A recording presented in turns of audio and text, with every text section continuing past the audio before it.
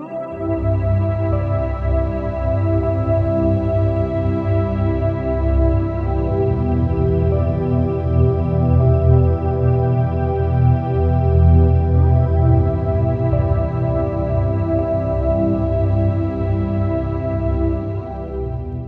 life on Earth is under the threat of extinction.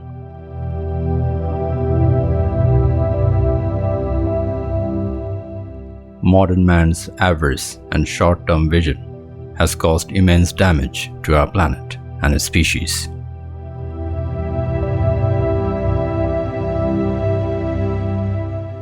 So we aim to use the resources we have, our business, our investments, our voice, and our imaginations to do something about it.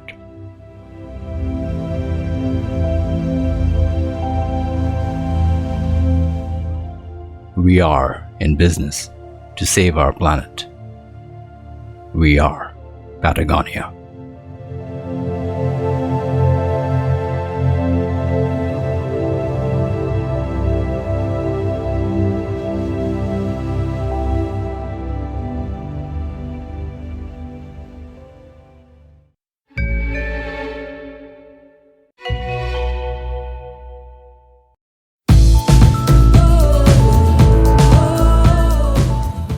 Yvon Chouinard, Patagonia's founder, was an avid climber.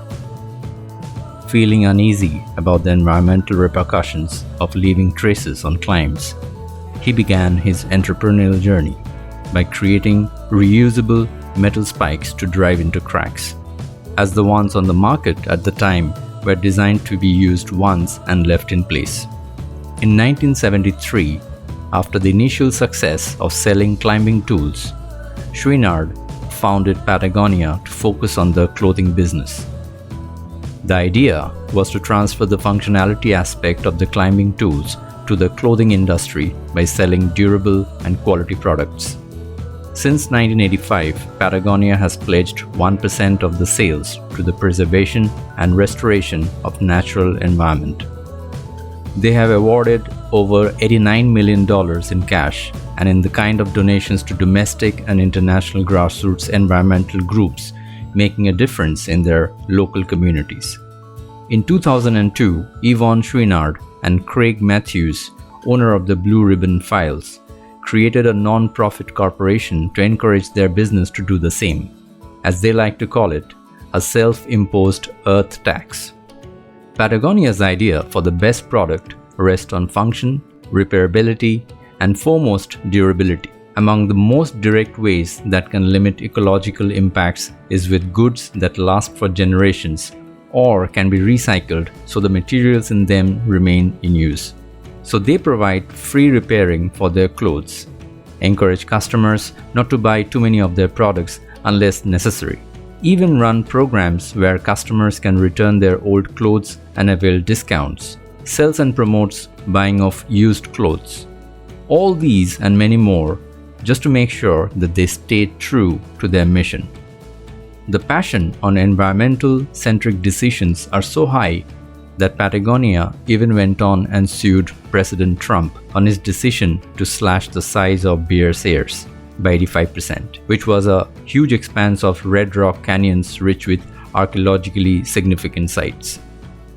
The tribal groups and the conservationists, which had been monitoring the situation, including Patagonia, the decision realized some of their worst fears, that the Trump administration would be waging an assault on public lands and potentially opening up protected areas for drilling and mining. Have a look at this Patagonia ad. This ad, which got published in 2011 Black Friday edition of New York Times, an audacious full-page ad telling viewers not to buy their jacket. The jacket's image was a message detailing why customers shouldn't buy the product. Among the listed factors are 36 gallons of water required to produce the jacket, the 20 pounds of carbon dioxide emitted, and the amount of waste produced. Though the ad was not successful in its intended purpose, it did raise awareness of an increasingly pressing problem. Following this ad, Patagonia sales rose by 30%.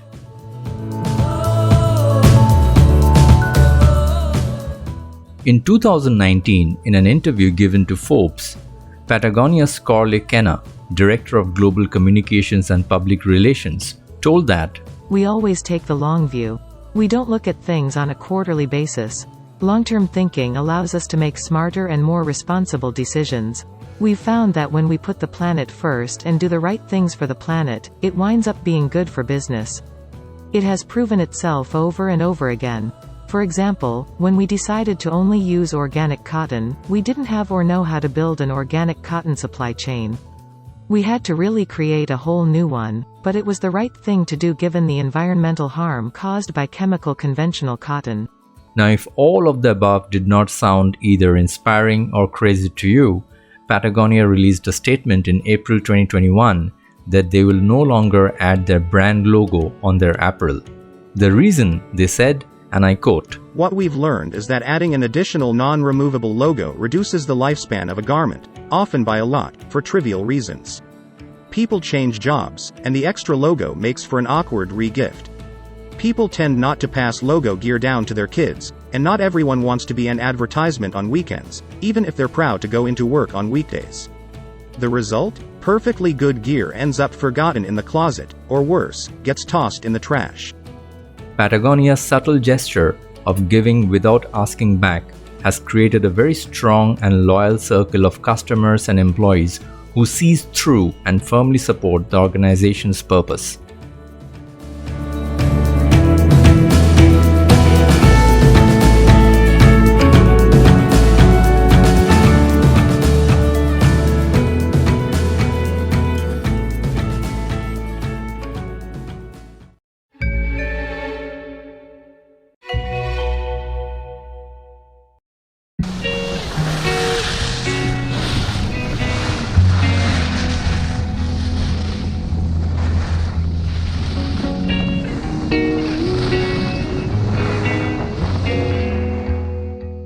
Now, for a company which promotes anti-consumerism, just have a look at their growth and revenue. This revenue trend shown was not achieved by selling more and more new garments, rather by manufacturing clothes which will last lifetime so that customers does not have to buy again and again. Although privately held, Patagonia is now a billion-dollar company, and they did it by challenging the Nobel Prize winner economist Milton Friedman's popular economic theory of 1970, which stated, "The social responsibility of business is just to make profits." Patagonia's social responsibility and vision aligns beautifully though. From their earlier mission statement of "Build the best product, cause no unnecessary harm, use business to inspire and implement solutions to the environmental crisis," Patagonia very rightly changed that vision statement to "We are in business to save our home planet." The boastfulness and the product-centric mission statement was done away with, and for good. The corporate social responsibility of Patagonia is therefore not to meet quarterly targets, generate high margins, or trying to create best-looking clothes. Their primary mission is to save the planet, and so they decided to promote anti-consumerism, or rather I should say thoughtful consumerism. Patagonia makes money by staying true to their cause. In his own words, Patagonia's founder, Yvon Chouinard, said, "I know it sounds crazy, but every time I've made a decision that's best for the planet, I've made money."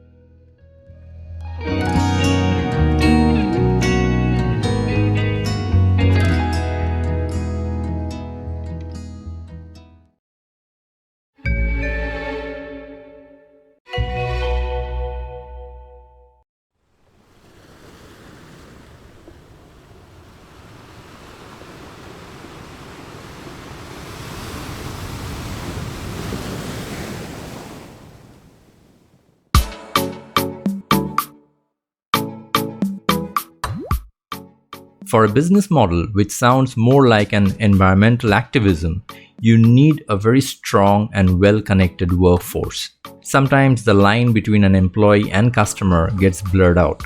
Customer roots for your success in the same way an employee does.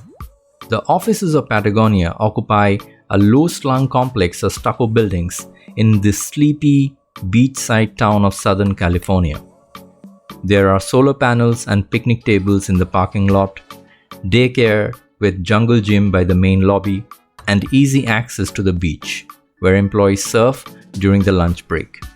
It's like corporate Eden. Each opening at Patagonia receives 900 resumes, allowing the company to hire slowly, filtering the right one in their cult group. Let us talk about some of the eye-opening stats quickly here. Patagonia employs just over 2,500 employees at present, enjoys only 4% annual attrition against the retail and consumer product market average attrition rate of over 13%. 100% retention rate among working mothers. Many people who work at Patagonia are passionate about spending time in the outdoors as well as protecting it, and the company offers employees the ability to do just that through their environmental internship program. Employees from all parts of the company are allowed up to 2 months away from their regular roles to work for the environmental group of their choice while continuing to earn their paycheck and benefits. Patagonia believes that when interns return from their 2 months off, they bring back stories, inspirations, and new commitment to their environmental mission.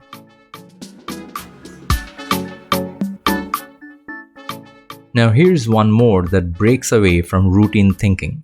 Although the company hires activist employees and encourages peaceful environmental protest, but for those wayward employees that get thrown in the jail for their efforts, Patagonia will pay for their bail, even for their spouses as well, pay for their legal fees, and pay them during their corresponding time away from work. As Patagonia's Chief Human Resources Officer, Dean Carter, told in a conference, "We want them to be who they are." If you are thinking about high pay grade for 4% attrition and employee loyalty, then let me tell you that you're wrong. On the contrary, if there is one complaint that employees at Patagonia has, is that of low pay compared to market standard. As I said, 900 resumes for one opening. It is that difficult to get through. No cultural misfits are allowed, at least consciously. Patagonia's employees feel that their company walks the talk and cultivates honesty and transparency. They feel they belong there as a home. They feel that they are part of a movement and bringing little changes through their effort, and their company is acting like a motivator and sponsor.